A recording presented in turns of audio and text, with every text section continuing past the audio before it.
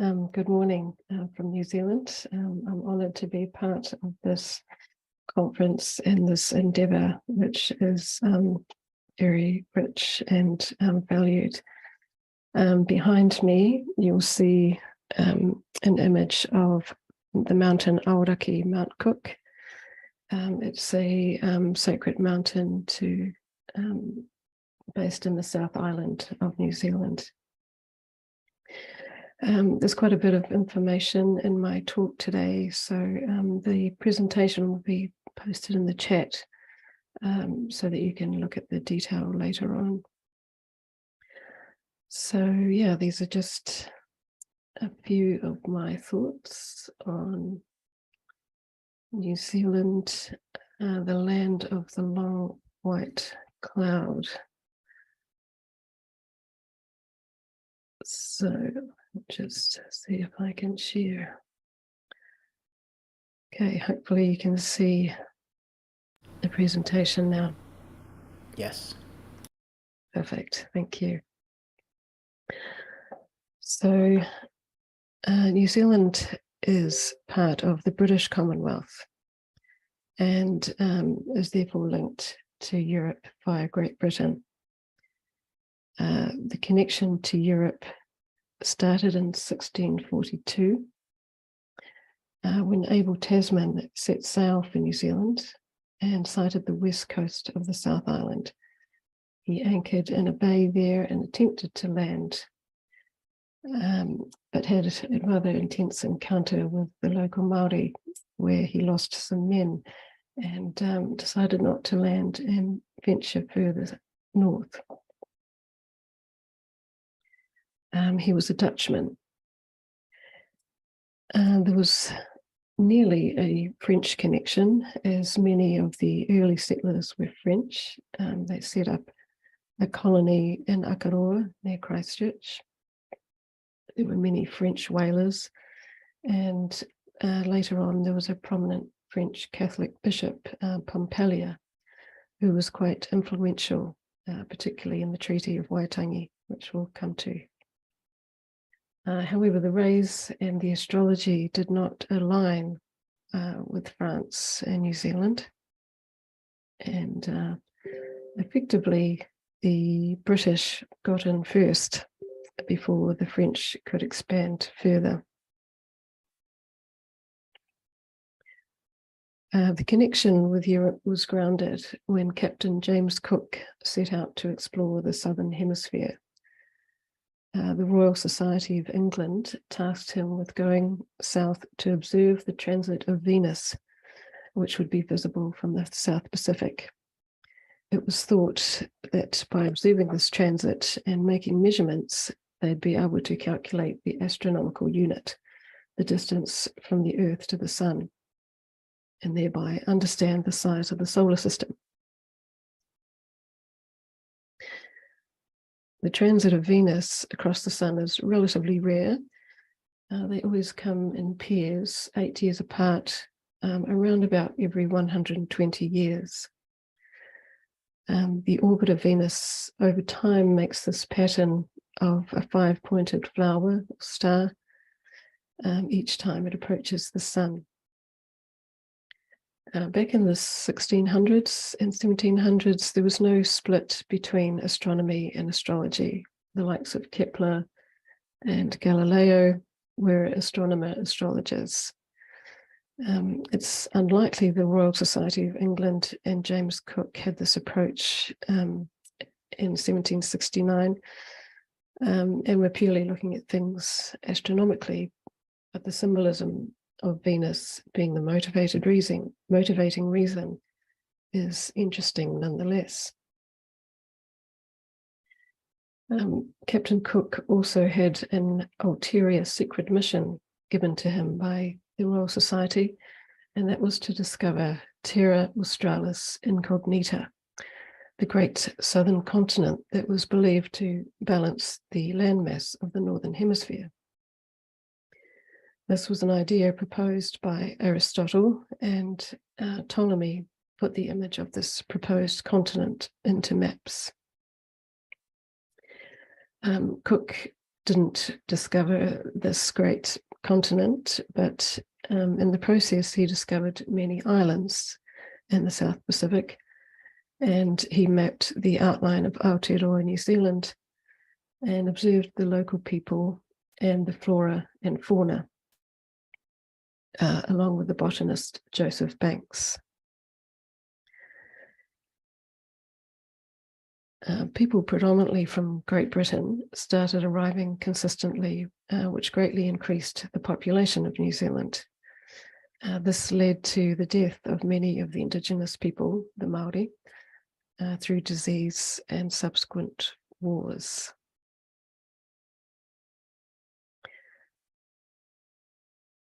Over time, in 1840, a treaty was signed on behalf of the British Queen and the Maori chiefs of the majority of tribes, not all of them signed, which became known as the Treaty of Waitangi. Its intention was to try and bring law and order to the inhabitants of New Zealand and to protect mainly the Maori people. Many of the newcomers were whalers and brought with them alcohol and unruly behaviour.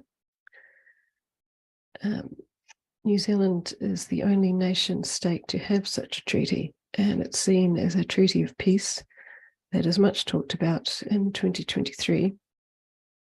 And there is momentum for a constitutional transformation to be reached by 2040, the 200-year anniversary of the signing of the treaty, as it's not fully embedded in the political system. And there was also much opposition to this. There are around 70% of New Zealand who identify as New Zealand European, and around 16% who identify as Māori, although there has been much intermingling of the two races over the years. So, for whatever reason, the British Empire established this outpost in New Zealand, which has evolved where it is today. There are only 3 references to New Zealand in the Blue Books. The first points out that it is a place where members of the new group of world servers are found, which is an esoteric psychology too. Additionally, Blavatsky and C.W. Ledbetter say that the 6th root race will start to emerge on the west coast of the United States, California, in Australia and New Zealand. The second reference states that there will be a preparatory school in New Zealand and is linked to the advanced school in Australia to come in Australia. In terms of there being a preparatory school, there are 4 others that are predominantly based in Europe and 1 in the US.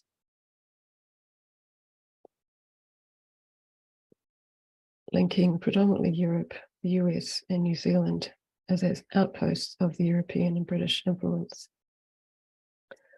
A pioneering attempt was built in Akaroa, near Christchurch, in the 2000s, led by Lawson Braithwell, and a temple based on sacred geometry was built and a teaching space set up.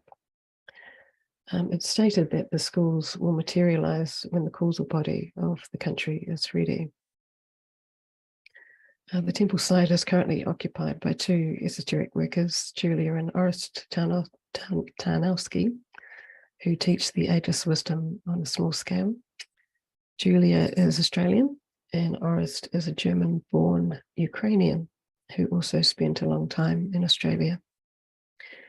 Another school was set up around the same time in the North Island at Haydn, and there's also a small group in Nelson that meets regularly, but has no physical space.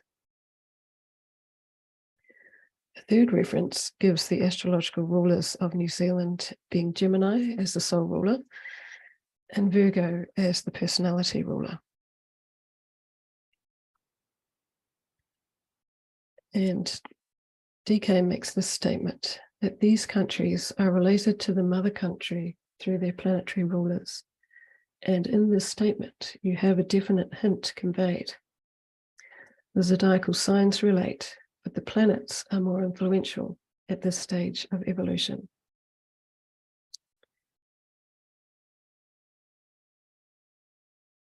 So the esoteric ruler of Gemini is Venus.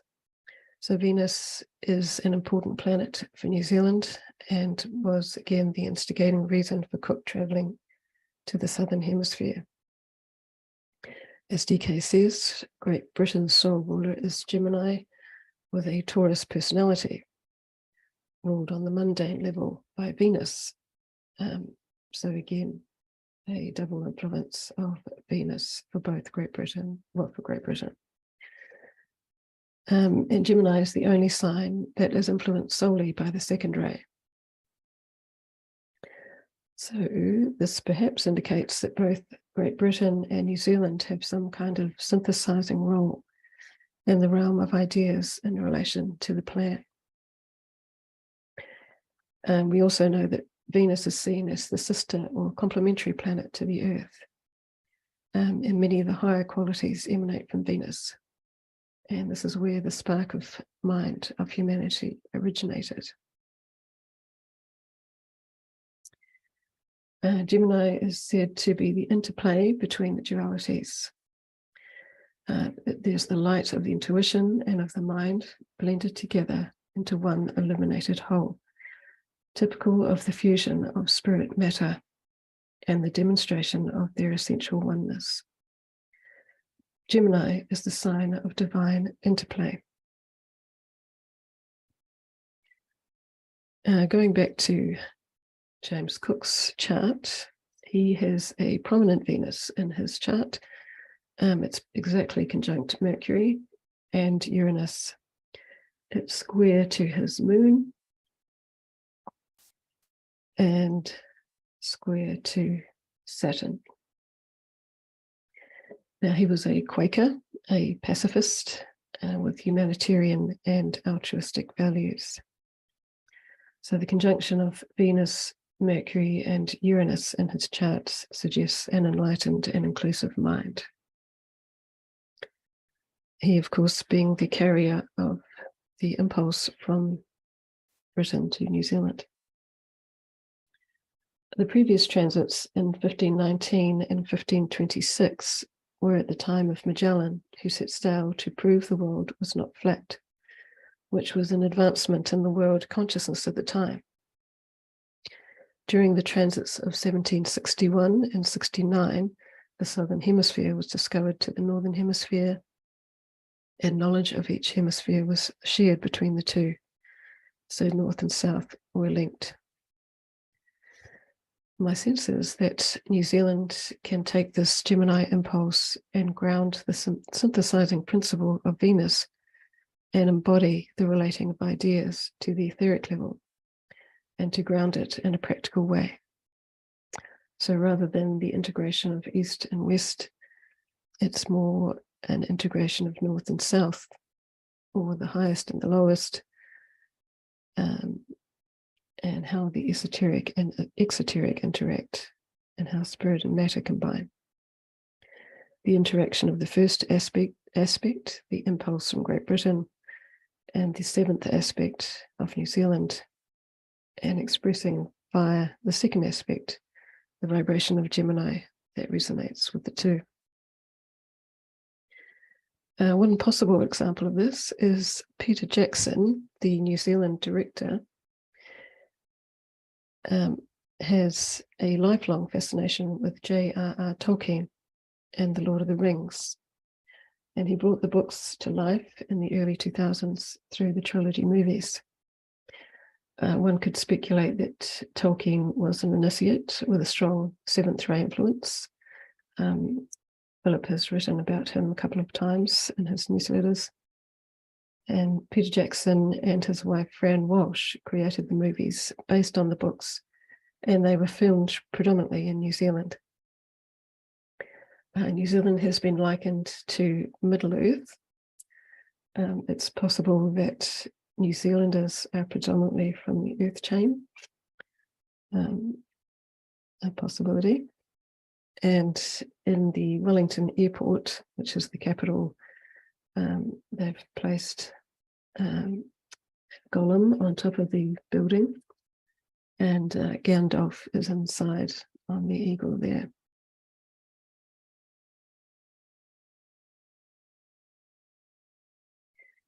The national symbol is the kiwi, which is a flightless bird.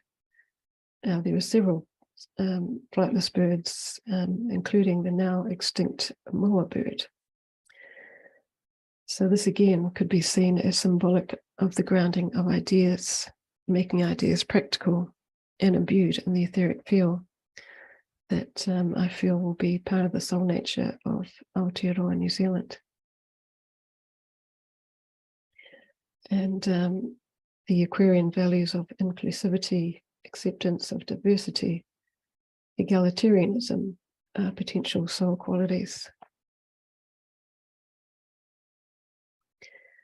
New Zealand's rays are speculated as 2 and 7. So aside from whether they're correct, there's a strong second ray influence in the astrology, with both Virgo and Gemini having the second ray influence them. The 7th ray can be seen in the rather pedantic bureaucracy that is part of New Zealand, and the number 8 wire mentality, which is a combination of ingenuity, innovation, and practicality. There's a reasonable degree of common sense and an organized approach. We're quite etherically sensitive people, and there's an etheric vitality in the land. There's also a hole in the ozone layer above New Zealand, so the sun's rays penetrate strongly through. So as the 7th ray grows in potency in the world, it's likely New Zealand may become more visible on the world stage, where we would become active in perhaps more than just the All Blacks and sporting prowess, which New Zealanders can be known for.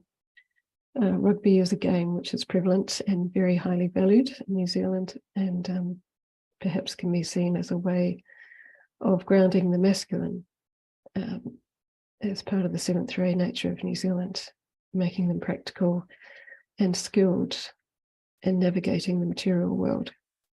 And this is a game also that was brought in from England. Another expression can be seen in the granting of legal personhood to features in nature. In 2014, the Uruweras, a national park, was granted legal personhood with all the rights that go with that, including the physical and metaphysical properties as understood in Mātauranga Māori, or Māori scientific knowledge. This followed in 2017 with the Wanganui River being granted the same legal status. And this again could be seen as an example of the 2nd and 7th ray coming together, maintaining both the holistic the layer of meaning, of values and principles in connection with the etheric physical. The Māori people inherently have a spiritual understanding and connection to the land. They're very ritualistic, and all of their tikanga, or ways of being and protocols, inherently have spirituality imbued within them. And as people from Britain and Europe have come to settle here over the generations, they have gradually come to be imbued with the energy of the 7th ray, and thereby helping to anchor the secondary impulse on the planet.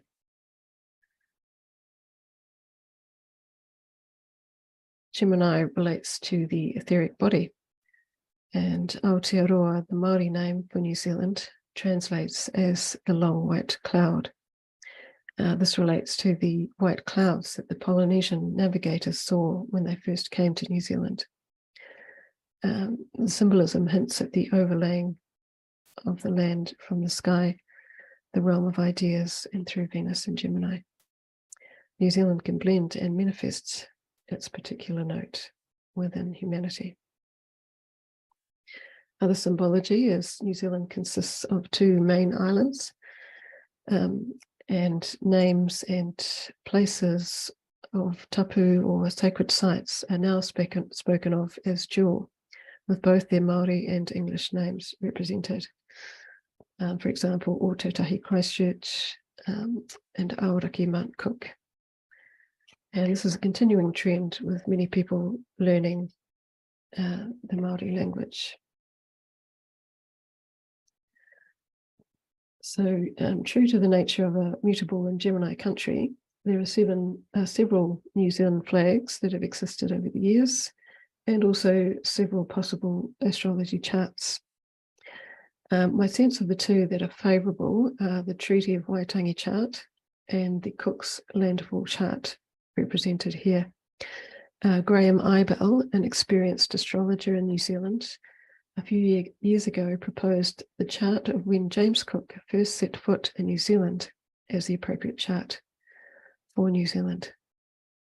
Having reviewed both charts in light of major events in New Zealand, my sense is that this one seems appropriate, or at least is more esoteric, as it indicates the first interaction of Europeans and Māori. In any case, both charts have an Aries ascendant. New Zealand is known for its pioneering spirit. It's the first major country to see the sun. There's a great deal of independence. Kiwis are very independent, which stems from the first settlers who were dissatisfied with the control of the aristocracy and the class system in the UK and wanted to make a life for themselves, which has coloured the psyche of New Zealand. We're certainly more on the labour side of the capital labour dynamic. We also have one of the highest rates of small businesses in the world. The esoteric ruler, of course, of Aries is Mercury, so the soul potential is to come from the plane of mind. New Zealand has a feminine nature, perhaps due to the Virgo influence. The natural environment is prominent, women are generally strong, and the moon is conjunct Pluto in Capricorn in the 10th house in this chart. We were the first country to give women the vote, and so New Zealand gives more of a feminine layer to the apparent royalty-based first-ray colonising nature of the British Empire. There are several world firsts that have been achieved in New Zealand. Te Whiti o Roamai and Toku Kakahi espoused non-violent resistance at an event in 1881. It's said that they corresponded with Gandhi prior to his non-violent stance in India. Ernest Rutherford was a physicist who obtained a Nobel Prize. He's named the father of nuclear physics and produced the first artificially induced nuclear reaction in 1917. And perhaps more famously, Edmund Hillary was the first to climb Mount Everest in 1953, which was apparently looked on with great interest by the hierarchy.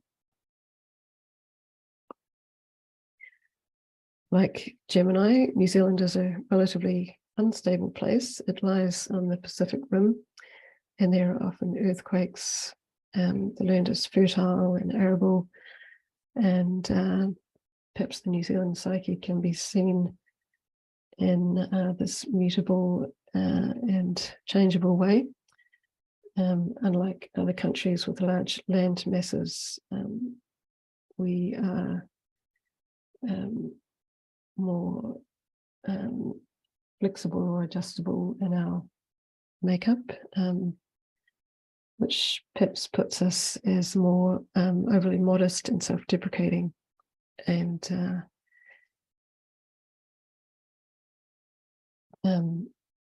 certainly flexible and adaptable.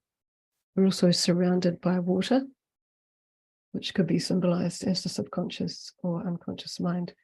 There are many lakes, which are some quite deep, perhaps suggestive of the deeper feeling nature in New Zealand psyche. And we're probably made up of more introverts. In terms of the fixed stars, Deneb Kaitos is conjunct the ascendant in the chart, which is in the tail of the whale or the sea monster in the Cetus constellation. Whales are seen as very significant in Māori culture. They're seen as wisdom holders and represent the depth of wisdom, and have a deep knowledge, and the use of sound is related to whales as well. The constellation Cetus can be seen as the sea monster, which, like the Hydra, must be overcome. So because of New Zealand's nature, it can be in some sense like going to the underworld.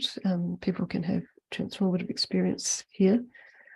We're at the bottom of the world, which can be seen as symbolic of moving into the unconscious or underworld. The mythological character of the underworld in New Zealand is a feminine goddess, Hine Nui ki te Pō, and can be perhaps correlated to, similar to Hades in the Greek pantheon.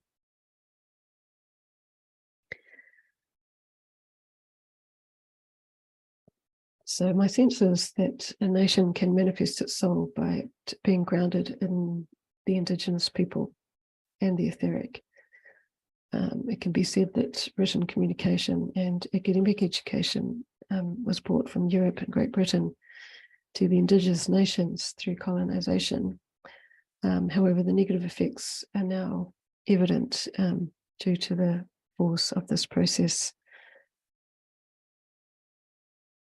So in 1840, the treaty was signed between the chiefs of the majority of tribes and the British representatives. It was called for as many people who had come from Britain were causing problems, and there was a high degree of lawlessness. And New Zealand is the only nation state to have such a treaty with the indigenous people. And one of the features of the treaty is Article 4, which gives religious freedom for all people in New Zealand, both Māori and newcomers alike, to worship in whichever way that they choose. This was a unique and progressive position for its time, and was instigated by the French Catholic Bishop Pompallier. So this is similar to the second of the four freedoms articulated by Franklin D. Roosevelt 100 years later in the context of humanity in terms of freedom of religion. There's a movement in New Zealand that's aiming for constitutional transformation by 2040, the 200th year anniversary, and it's been promoted by one of the foremost New Zealand thinkers, Moana Jackson. He was a lawyer, an educator, and activist. And the goal is to have the treaty as the constitutional foundation of New Zealand, which it's not currently. We're still predominantly dominated by the British Westminster system. In terms of Te Ao Māori, or the Māori worldview, given to me by Reverend Maurice Gray, the world is seen through the lens of the elements.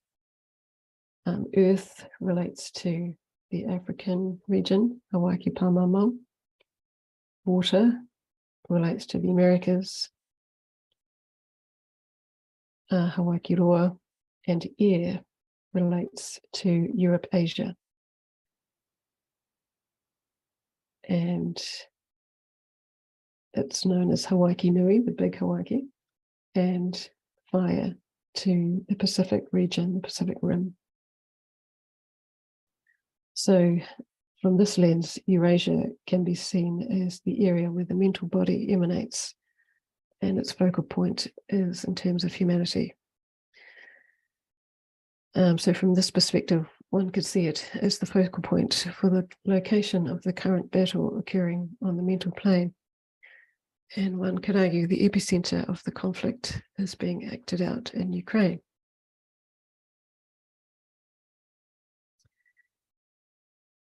So going back to the governing link between Great Britain and New Zealand is the sign Gemini. The only colonized country mentioned by DK as having a Gemini influence is New Zealand, though there may be others.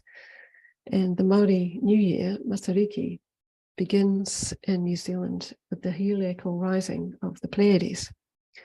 And this occurs in the month of Gemini, usually around the new moon. It spans a period of weeks where the Pleiades set and then several weeks later rise above the horizon. It's a time of celebration, of recognizing the dead and envisioning the future.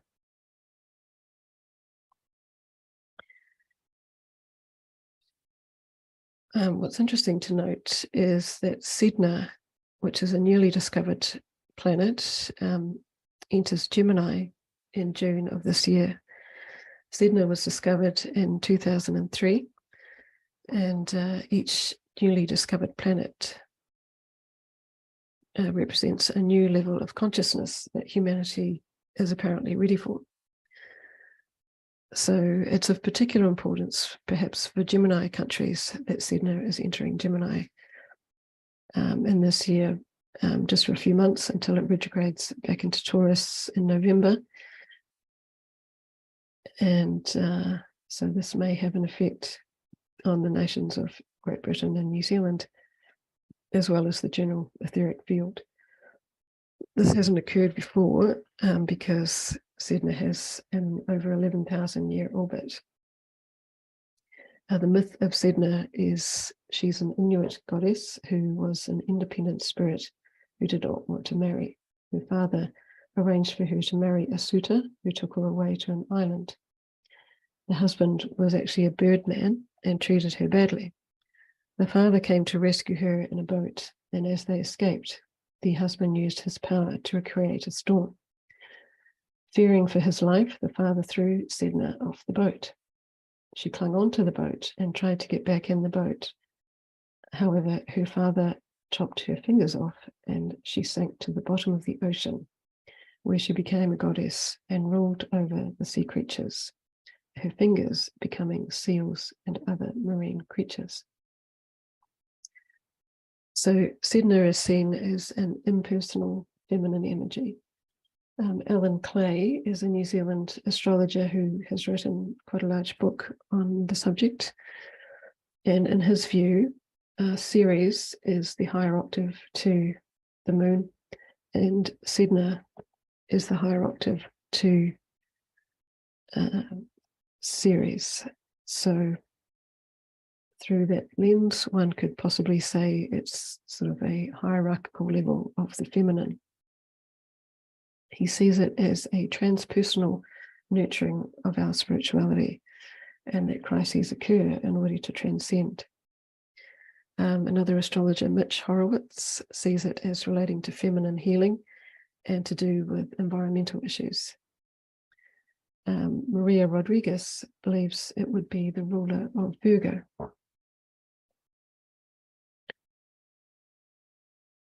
Astrologers are still getting a feel for what Sedna is about based on research and observing patterns, but it seems to create crises and stimulate reaching a higher or deeper level of consciousness.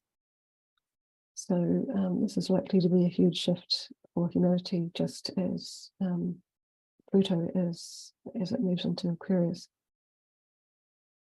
Various astrologers have made speculation about how Sedna and Gemini will manifest, but there's concurrence that it will be to do with artificial intelligence and a transformation in human consciousness.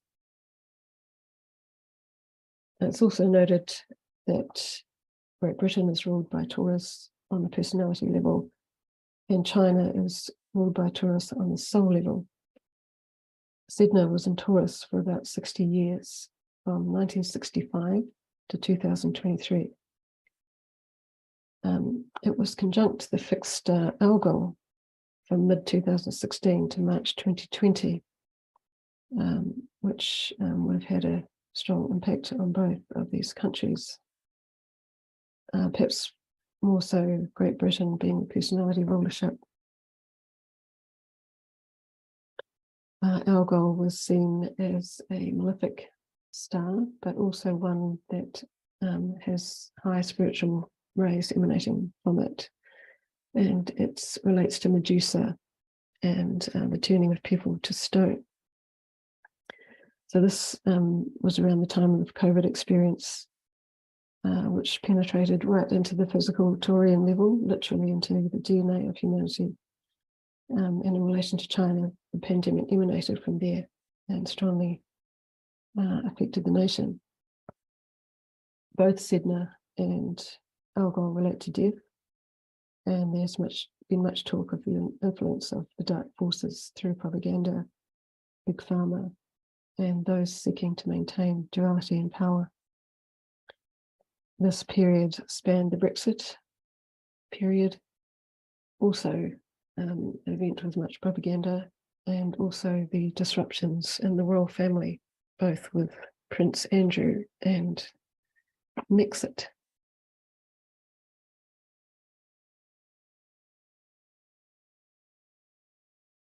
Sedna is also currently conjunct Alcyone, which is mentioned several times in the Blue Box as called the Star of Individuality and is related to the Pleiades. It'll be back in the anaretic degree of Taurus from December 23 to April 24, which may again be a powerful period for humanity.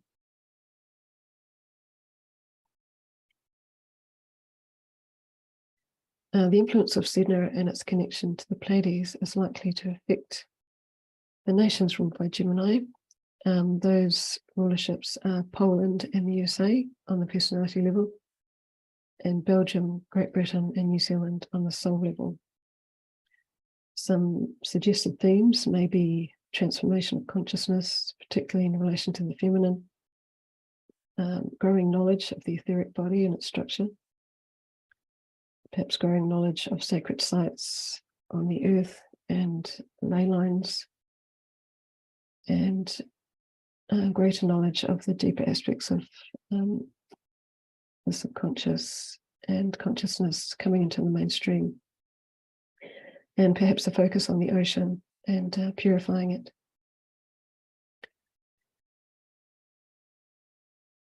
In December 24, the North Node will conjunct the New Zealand ascendant and will be squared the Sun, and Chiron will square the Moon, which may be a significant time.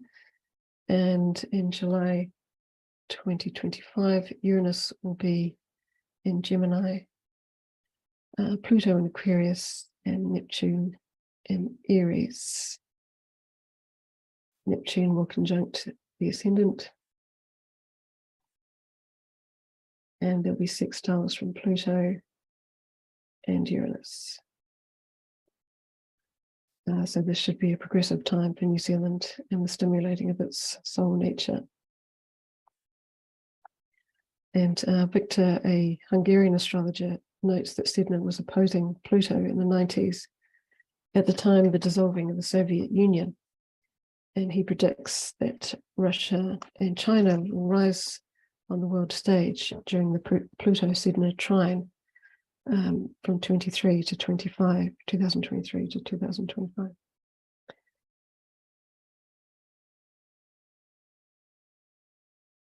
In the New Zealand Cook's landfall chart,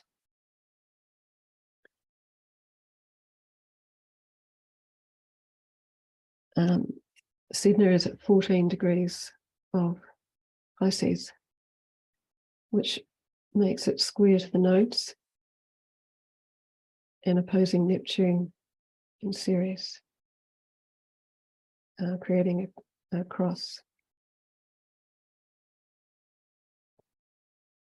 So this gives Sedna quite a strong influence in the New Zealand chart. This is a very feminine aspect with the nodes of the moon, Sedna, and Aries involved. And both Neptune, Sedna, and Pisces all relate to the ocean. And New Zealand has a strong affiliation with the ocean, being surrounded by water. The equivalent of Neptune is the god of the ocean, Tangaroa, in Māori law.